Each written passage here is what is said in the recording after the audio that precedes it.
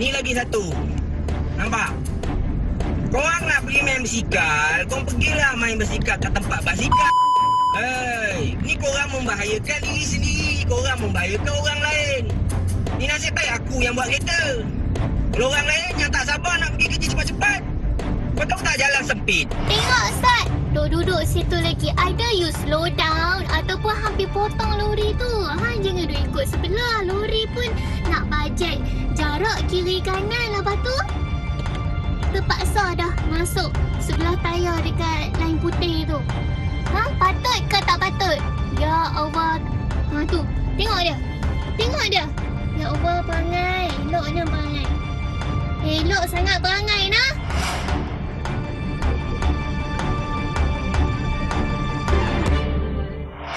Langgar lampu isyarat, menunggang beriringan, tukar laluan sesuka hati, panjat mercu tanda. Itu antara perangai geng basikal yang mengundang kecaman netizen. Aktiviti yang asalnya bagus untuk kesihatan, kini dah terpalit dengan sikap segelintir pihak yang tak bertanggungjawab. Basikal, imej samsing jalanan. Hari ini kita nak tanya tetamu kita, seorang penunggang basikal profesional, Faz Adili Masafa. Imej samsing jalanan, setuju ke tidak? Mana dia Midi? Kami tak macam tu. Ya ke? Sekejap lagi kita sambung cerita. Okey, sekejap lagi kita sambung.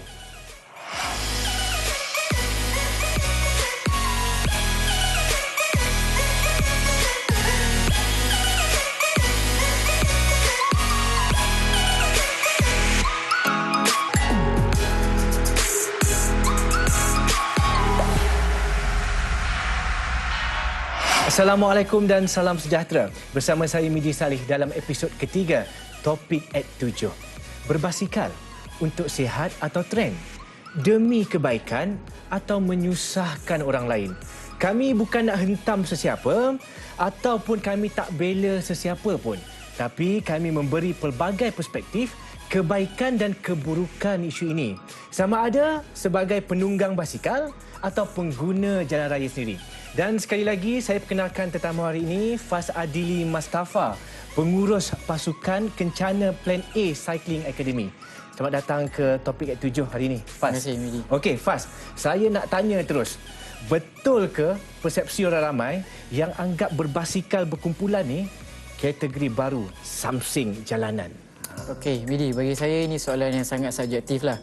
Because ada betul dan ada salahnya. Di dalam beberapa situasi, ada kesalahan dilakukan oleh penunggang basikal. Tetapi di dalam beberapa situasi juga, para penunggang basikal ni terperangkap di dalam keadaan yang tidak menjelui mereka. Sebagai contoh, saya bagi video yang viral sebelum ni, di mana di Bandar Rimbayu dan juga di Putrajaya. Yes, saya akui itu kesalahan 100% daripada penunggang basikal ni. Kerana cara mereka cross jalan ataupun menukar lorong laluan adalah terlalu terburu-buru tanpa fikirkan pengguna jalan raya yang lain. Tapi ada juga situasi lain seperti gambar viral di Elmina baru-baru ini, yang mana kita boleh tengok sekumpulan cyclist menaiki bukit monumen Elmina itu sendiri. Sebenarnya tak salah pun, memang dibenarkan. Sebab baru-baru ini saya pun baru lepas berjumpa dengan pengurusan tertinggi daripada Sunderby Property. Memang diizinkan. Even kalau dalam gambar tu media boleh tengok ada laluan pejalan kaki untuk media terus naik ke atas puncak tu. Dan lagi satu situasi yang saya boleh bagi contoh, baru-baru ini ada gambar penunggang basikal bawa basikal masuk kafe. Betul. Saya tengok tu, saya tengok gambar tu. So secara logiknya, kalau tak boleh, bagi saya dari permulaan tu owner kafe tu tak bagi dah, dah memang dah halau. Tapi bila dah dijemput masuk, dibenarkan untuk letak basikal di kawasan yang spesifik.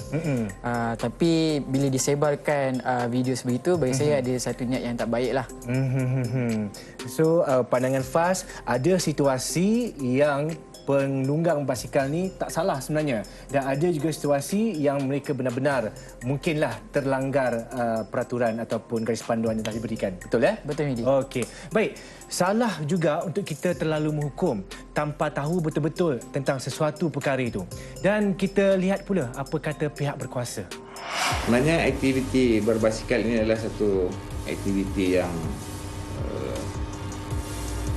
tidak menjadi satu kesalahan untuk dilaksanakan di jalan-jalan di dalam negara kita. Tiada undang-undang khusus yang menyatakan bahawa aktiviti berbasikal tidak boleh dijalankan di atas jalan raya kecuali di lebuh raya, di mana kanun lebuh raya tidak membenarkan aktiviti berbasikal dilaksanakan di atas lebuh raya. Sama ada di jalan-jalan persekutuan ataupun jalan-jalan negeri maupun jalan-jalan bandaran, aktiviti berbasikal boleh dilaksanakan.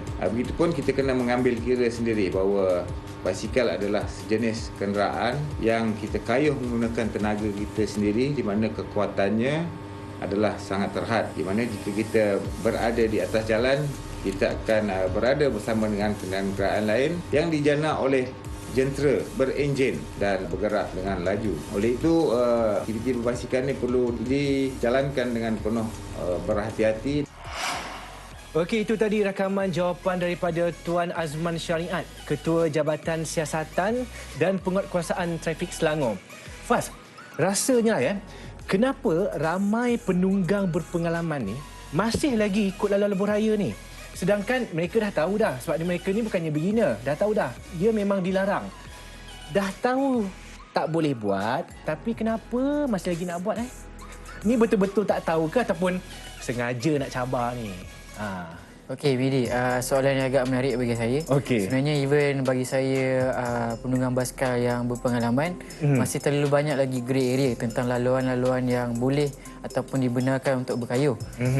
Sebagai contoh, baru-baru ini kami bermesyuarat di Kementerian Belia dan Sukan, di mana JPJ, Miros, LLM duduk satu meja untuk membincangkan perkara ini. Melalui fakta ataupun statement yang dikeluarkan oleh pihak berwajib, cuma 4 highway saja yang tak dibenarkan berkayuh, iaitu Lebuh Raya Pulau Pinang, NKB Highway, Lekas dan juga Lata.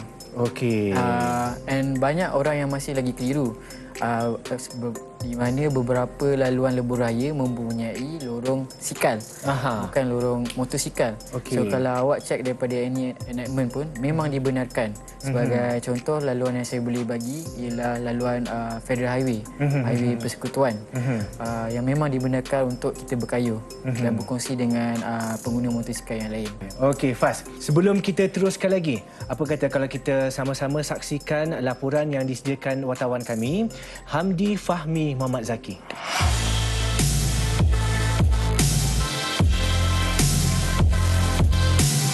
Minat berbasikal semakin mendapat tempat di kalangan masyarakat ketika ini dan timbul dakwaan bahawa mereka tidak menghormati pengguna jalan raya yang lain atau ia hanya sekadar tomahan semata-mata disebabkan segelintir pihak. Dan hari ini saya bersama peminat sukan berbasikal untuk mengetahui respon mereka tentang isu yang panas belakangan ini.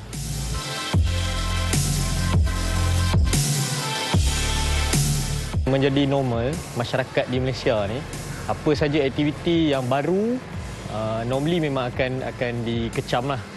Tapi secara jujurnya memang ada segelintir peminat sukan berbasikal ni memang tidak memahami etika mengayuh basikal.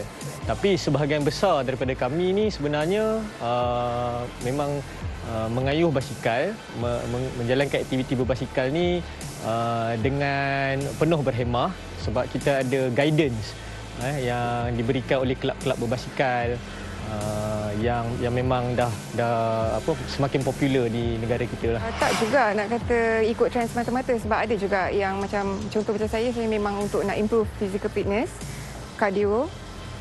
Lagipun sekarang ni musim-musim COVID macam nak masuk gym, group classes macam tu, risiko dia lagi tinggi. And then benda ni kalau trend pun it's a good trend sebab sama-sama sihat kan. For women in cycling, tak je untuk for Instagram saja, tapi sebab benda ni dia you socialize dengan kawan-kawan juga at the same time, and then you pergi tempat-tempat yang you tak pernah, kadang-kadang tak pernah sampai pun, naik kereta pun tak pernah sampai tapi sampai naik basikal. Dia macam self-challenge juga, and at the same time dapat kepuasan lah. Kita ambil contoh yang selalu cyclist guna, macam di Highway Lekas, dia orang lagi prefer kayu kat lebuh raya sebab kondisi jalan yang lagi cantik daripada jalan raya.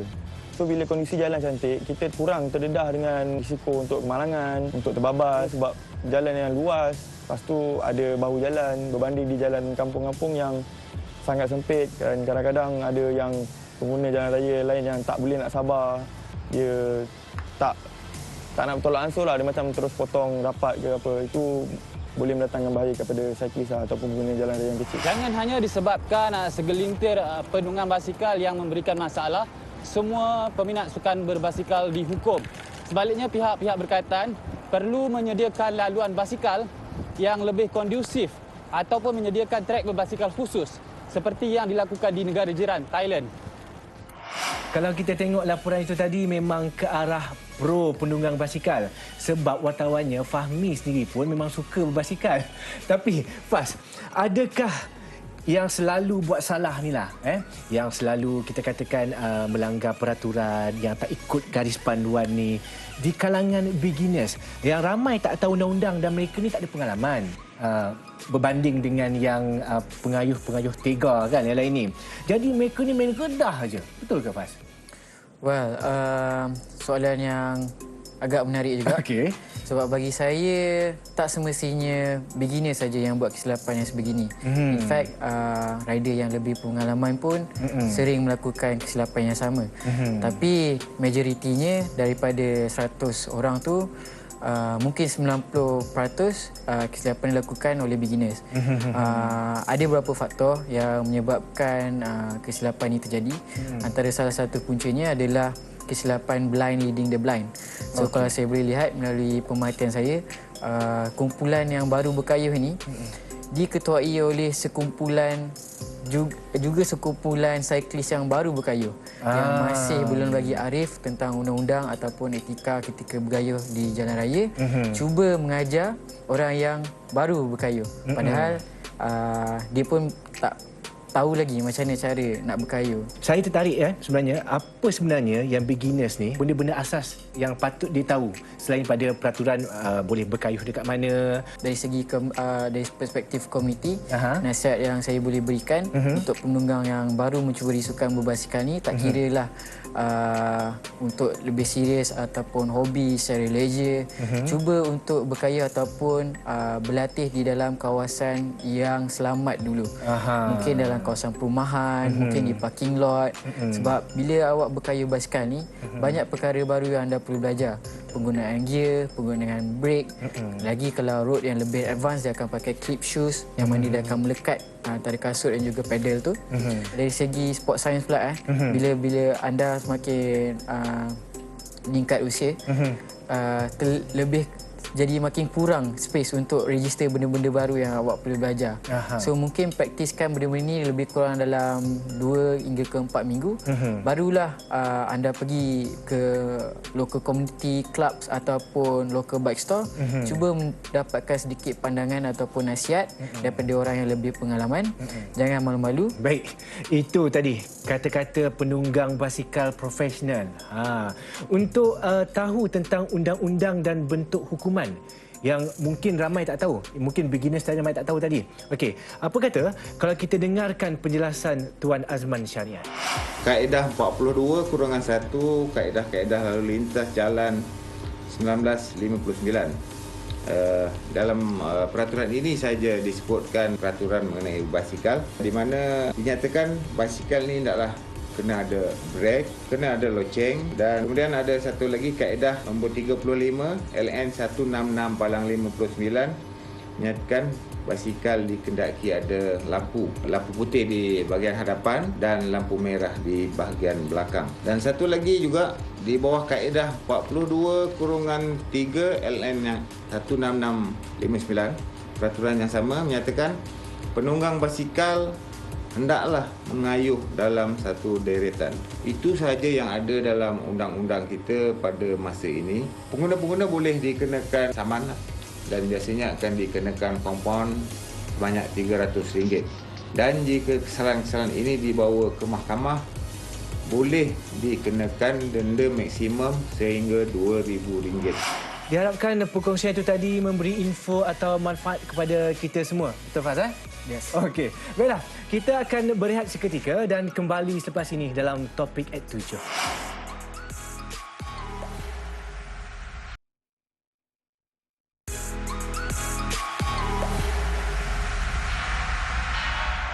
Kembali dalam topik at 7 dan masih lagi bersama saya Midi Saleh dan Faz Adili Mustafa dari Kencana Plan A Cycling Academy. Baiklah, Faz, laluan berbasikal ada disediakan. Ramai yang tahu. Faz pun dah sebut tadi kan. Tapi masih ramai lagi yang enggan untuk ikut laluan basikal ni ataupun laluan sikal ni. Kenapa ya? Mungkin pada pandangan saya lah. Okey, mungkin yang ramai yang degil ni sebab laluan tak mencabar kot. Compare dengan laluan yang lain tu kan. Ataupun laluan sempit sangat ke, atau memang sengajalah cyclist ni memang degil, dia memang tak nak ikut juga. Midi, ada betulnya apa yang Midi cakap tu. Tapi pada pandangan saya bergantung kepada jalan yang mana. Sebagai contoh, ada laluan khas berbasikal di Putrajaya. Tetapi laluan tu kalau Midi naik motor pun tak nak lalu. Sebab kenapa ya? Laluan lorong berbasikal tu terlalu teruk. Kalau dari segi permukaannya tak rata dan banyak berlubang. Dari segi keselamatan memang tak selamatlah untuk berkayuh. Sebab tu kalau Midi boleh tengok kat Putrajaya orang berkayuh di jalan yang besar. Dan banyak infras ataupun lorong berbasikal yang saya panggil blue lane di bandar-bandar utama, sebagai contoh di Kuala Lumpur, di Shah Alam, memang ada benda tu. Tapi masih tak praktikal bagi saya disebabkan dari segi standard lorong basikal tersebut pun tak selamat. Dari segi kedudukan dia, sizing, jenis cat yang digunakan tak betul. Macam okeylah, kalau dulu mungkin sebelum isu berbasikal ni, ada masa zaman dulu tu banyak main skateboard kan. Midi pernah tak tengok skatepark yang orang tak boleh nak skate pun sebab rem dia shape tak betul. Kes yang sama dengan basikal. Even benda tu dah ada pun di Kuala Lumpur, tapi lorong berbasikal tu jadi tempat parking kereta pula Midi. So antara beberapa sebab lah kenapa penunggang basikal ni tidak menggunakan infras yang sudah disediakan. Ini lebih kepada isu fasiliti yang tak terjaga. Betul. Fasiliti yang tidak memudahkan penunggang basikal tu sendiri. Betul Faz? Okey, Faz, kita juga sempat kumpulkan reaksi orang ramai di media sosial. Mungkin ramai yang menghentam. Ramai yang menghentam. Tapi kita tengok dulu Faz. Dan kita sambung bincang lepas ni boleh? Boleh. Okey, kita minum dulu. Jom. Okey, minum.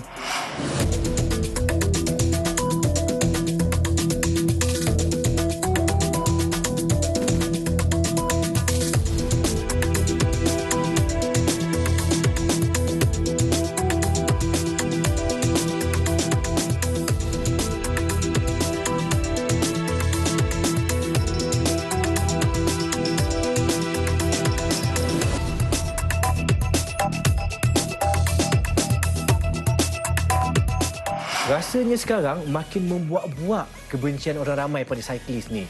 Sedangkan ini bagus untuk kesihatan. Tapi penunggang yang ikut peraturan pun masih kena marah dengan orang ramai. Masih kena kecam lagi dengan netizen. Faz? Saya setuju dan saya cuba letakkan diri saya di kedudukan bukan penunggang basikal. Dan saya cuba faham masalah ni disebabkan mungkin ni pandangan peribadi saya. Tahun 2020 ni sangat stres. Dan bila, kalau contohlah saya pergi kerja pukul 8 pagi tengah kelam kabut sangkut dalam jam, lepas tu nampak pula sekumpulan cyclist sedang beriadah. So sangat kontra dengan apa yang kita tengah buat. So of course akan terpecik rasa ketidakpuashatian. Sebab kalau saya tengah struggle untuk bekerja, yang ni boleh tak bekerja, boleh busukan lagi supaya happy-happy, of course saya pun rasa macam bestnya macam tu kan. But saya tak salahkan perasaan tu. Sebagai manusia biasa, saya rasa saya akan ada perasaan yang sama. Dan kalau boleh penunggang basikal ni cubalah elak menunggang basikal di waktu puncak. Sebab keadaan trafik tu dah pun sesak. Betul. Bila dalam setengah keadaan boleh menyebabkan lebih sesak lagi. Tak salah berkayuh, tapi kalau kita boleh respect orang, kita akan dapat the same treatment juga daripada pengguna jalan raya yang lain. Betul. Saya setuju tu Faz. Kita cuba faham kedudukan orang lain juga. Kita cuba letakkan diri kita di tempat orang lain juga. Betul. Mungkin jugalah sekarang ni banyak benda-benda yang berlaku kebelakangan ini yang buat kita stres kan. Okey Faz, Untuk yang marah-marah tanpa sebab tu, ini mungkin sesuatu yang ramai tak tahu, Faz. Kita dengarkan apa kata Ketua JSPT Selangor. Kita setakat ini tidak mendapat apa-apa laporan rasmi berkenaan aktiviti memasuki kawasan sendirian. Tapi kita ada juga tim pemantau kita daripada unit media itu yang sentiasa memantau media-media awam dan kita memetik daripada situ. Untuk laporan rasmi, kita pun kadang-kadang kita juga menerima panggilan-panggilan telefon, makluman melalui telefon. Contohnya di kawasan Elmina yang dikatakan hangat, kita hantar tim kita untuk ambil tindakan saman ke atas tindakan tersebut. Juga pernah kita lihat satu viral pengguna basikal membawa basikal masuk ke dalam kedai makanan. Premis itu adalah milik owner kedai itulah sendiri. Dia ada kuasa untuk menghalang penunggang basikal itu membawa basikal masuk ke dalam kedai. Tiada undang-undang yang tidak benarkan kerana itu adalah hak milik ataupun premis dia sendiri. Dari segi etika penunggang basikal itu sendiri, patutnya dia lebih memahami sebagai seorang yang waras dan berpengetahuan. Dia tahu kedai makan dia masuk untuk makan. Basikal tu dia bolehlah park di mana-mana tempat yang sesuai. Okey, terima kasih Faz kerana sudi bersama-sama dengan kami pada hari ini, berkongsi pandangan, berkongsi pendapat bersama dengan penonton Topik at 7. Terima kasih Midi dan juga tim di Topik at 7 kerana memberi ruang kepada kami untuk berkongsi sedikit perspektif sebagai penunggang berbasikal. Okey, sama-sama. Baiklah, selamat menunggang basikal dan teruskan berhati-hati ya. Alright. Okey, baiklah. Topik at 7 berehat sekali lagi dan kita kembali semula selepas ini.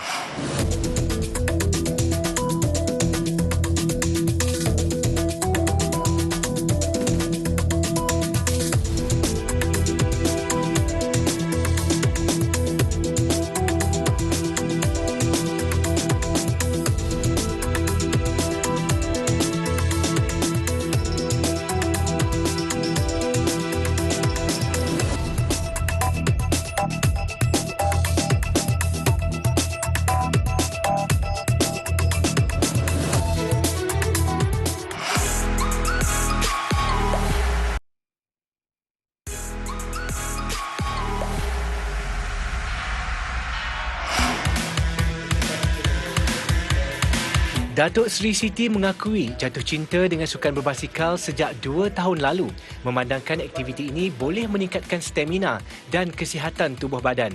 Selain itu, katanya berbasikal tidak membosankan seperti sukan-sukan yang lain. Kita boleh dapat satu suasana yang berbeza tau. Bila naik basikal ni kita rasa kita dapat nikmati udara yang nyaman. Kalau kita buat satu tempat tu di macam contohnya di tempat-tempat yang seperti Ulu Langat, banyak pokok-pokok ya, kawasan-kawasan kampung, kita dapat tengok tempat orang luar pada Kuala Lumpur kan. Rasa tenang, rasa free, rasa terbang, so adalah. So itu yang membuatkan saya suka dengan aktiviti berbasikal ni lah. Beliau juga tidak menolak aktiviti berbasikal yang menjadi trend ketika ini disebabkan ramai selebriti yang turut serta. Tegasnya, jika menjadi ikutan disebabkan pengaruh selebriti, ternyata berbasikal satu aktiviti yang berfaedah. Saya tak nafikanlah kan bila adanya selebriti ataupun ikon yang menjalani aktiviti sihat macam berbasikal ni sikit sebanyak menjadi ikutan kan. Ada yang mula-mula tak terniat nak ikut pun, tapi bila tengok seronok ya, bila kita selalu post aktiviti kita di tempat-tempat yang berbeza dan memang terbukti pun berbasikal ni banyak memberi manfaat pada tubuh badan. Lebih menarik, suami kepada Datuk Seri Siti yang juga ahli perniagaan terkenal, Datuk Seri Khalid Muhammad Jiwa, berkongsi minat yang sama. Dakwaan mengatakan sukan ini hanya untuk golongan elit kerana boleh mencecah ratusan ribu ringgit. Tegasnya tidak tepat. Sebenarnya berbasikal ni, basikal ni dia ada banyak range. Daripada harga yang murah kepada harga yang melebihi harga sebuah kereta pun ada. Tapi pada saya, mengikut kemampuan satu. Bila kita dah berminat, bila dah kita ceburi, daripada situ kita akan upgrade sikit demi sikit. Sebab dia punya keindahan ataupun the pleasure yang kita dapat ni adalah dengan kita upgrade sikit demi sedikit. Kita go with the entry punya basikal, dengan basikal yang agak reasonable. Lepas tu daripada situ kita decide. sama ada kita nak atau tidak untuk improve apa yang kita nak improve. Mengulas mengenai isu semasa, beliau menegaskan setiap pengguna jalan raya harus bertimbang rasa dan menghormati antara satu sama lain. Sebab diorang ni bukannya 24/7 atas jalan. Diorang ni cuma datang masa-masa tertentu, terutama di waktu pagi dan ada juga di kala petang atau lewat malam. Tujuan mereka adalah untuk beriadah, untuk exercise. Dan kita tak boleh nak naik basikal dalam padang, kita tak boleh naik basikal dalam court dan sebagainya. So kita perlukan jalan. So bagilah kita sedikit timbang rasa. Selain beriadah, CTDK Cycling Team, kendalian pasangan ini yang ditubuhkan 4 tahun lalu, juga banyak menganjurkan aktiviti amal untuk membantu golongan kurang berkemampuan.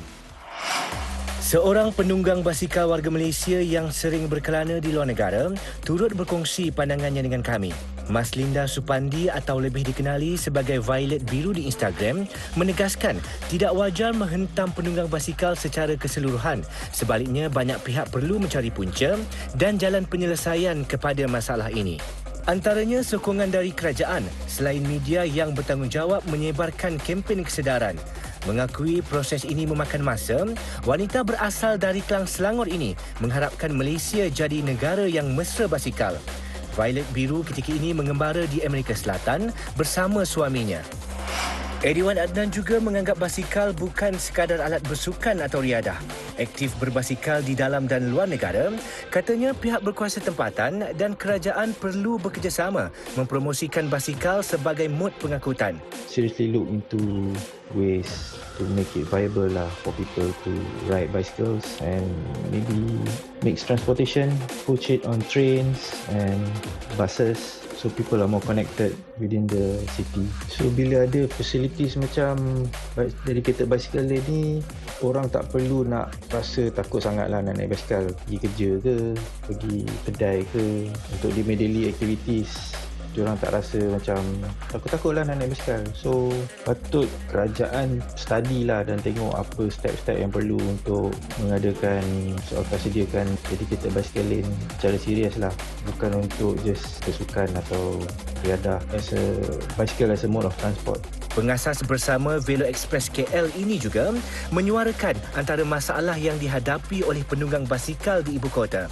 Kita kat KL ni setengah tempat dah ada so-called bicycle lane, tapi selalu kereta park atas bicycle lane dan dia block bicycle lane. So cyclist memang tak ada choice lah, kena kayuh on the road. Tapi memang any country pun yang tak ada bicycle lane, memang cyclist memang kayuh on the road. So it's not a problem. Memang kita kena belajar lah cycle dengan kereta, dan kereta pun kena lah give way to cyclists or pedestrians. Ada setengah negara macam Germany dengan Netherlands, diorang ada dedicated bicycle lane untuk pergi dari kampung ke kampung, ke bandar ke bandar. So memang diorang guna tu as a way of connecting within the community. Pergi supermarket, pergi kedai runcit, pergi main bola ke, pergi kerja ke, memang semua guna bicycle lane. Ediwan menggunakan basikalnya termasuk untuk berulang-alik ke tempat kerja dengan jarak perjalanan 25 km.